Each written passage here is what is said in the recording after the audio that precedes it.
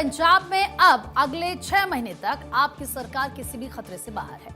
अब मुख्यमंत्री भगवंत मान 6 महीने तक टेंशन फ्री हो जाएंगे। दरअसल पंजाब सरकार ने श्रमिक दिवस पर विधानसभा का विशेष सत्र बुलाया। पंजाब में आम आदमी पार्टी के विधायकों के पार्टी छोड़ने की अटकलों के बीच सीएम मान ने पंजाब सरकार का विश्वास मत पेश किया और इस मौके पर मुख्यमंत्री ने श्रमिकों को बड़ा तोहफा देते हुए न्यूनतम मजदूरी में 15% की बढ़ोतरी का ऐलान किया।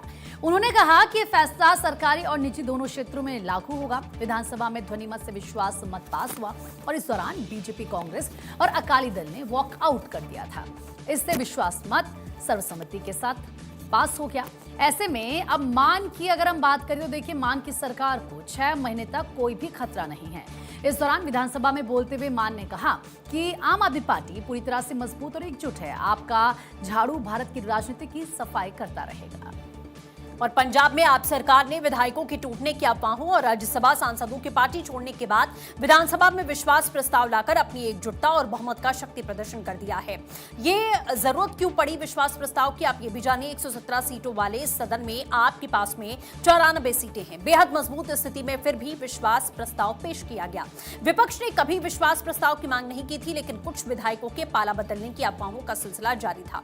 दावे किए जा रहे थे कि 65 विधायक दूसरों के संपर्क में हैं। 7 राज्यसभा सदस्यों के आम आदमी पार्टी छोड़कर बीजेपी में शामिल होने से आम आदमी पार्टी को काफी मुश्किलों का सामना करना पड़ रहा था। सबकी नजरें पंजाब में आम आदमी पार्टी की यूनिट पर टिक गई। आम आदमी पार्टी के लिए सबसे बड़ी चुनौती विधायकों को एकजुट रखना। अपनी एकता दिखाने के लिए आपने ये विश्वास प्रस्ताव पेश किया।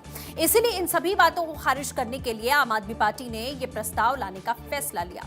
इसके बाद में कई कैबिनेट मंत्रियों और विधायकों ने बात की और उन्होंने एकजुट होकर विपक्ष पर झूठे दावे करने के लिए निशाना साधा। हालांकि जब विश्वास प्रस्ताव आया तब एसएडी, कांग्रेस और बीजेपी नेता सदन में मौजूद नहीं थे और कुछ वक्त बाद विश्वास प्रस्ताव सर्वसम्मति के साथ में पारित कर दिया गया। ये बड़ी जानकारी आपको दें। गुरु नानक यूनिवर्सिटी में राजनीति विज्ञान विभाग के रिटायर्ड प्रोफेसर कुलदीप सिंह की तरफ से साफ कहना है कि सदन बुलाने की रणनीति का मकसद राज्यसभा के 10 में से 7 सांसदों के जाने के असर को कम करना है। ऊपरी तौर पर उन्होंने इसे लेबर डे का नाम दिया है। किसी भी तरह का प्रस्ताव पास होना सरकार में विश्वास का प्रतीक माना जाता है। इससे यह साबित होता है कि उनके पास में जरूरी संख्या बल है, या फिर किसी भी बिल का पास होना बहुमत का संकेत माना जाता है। और आगे भी कहा जाता है कि इसका मकसद राज्यसभा सांसदों के जाने से पड़ने वाले असर को बेअसर या खत्म करना है।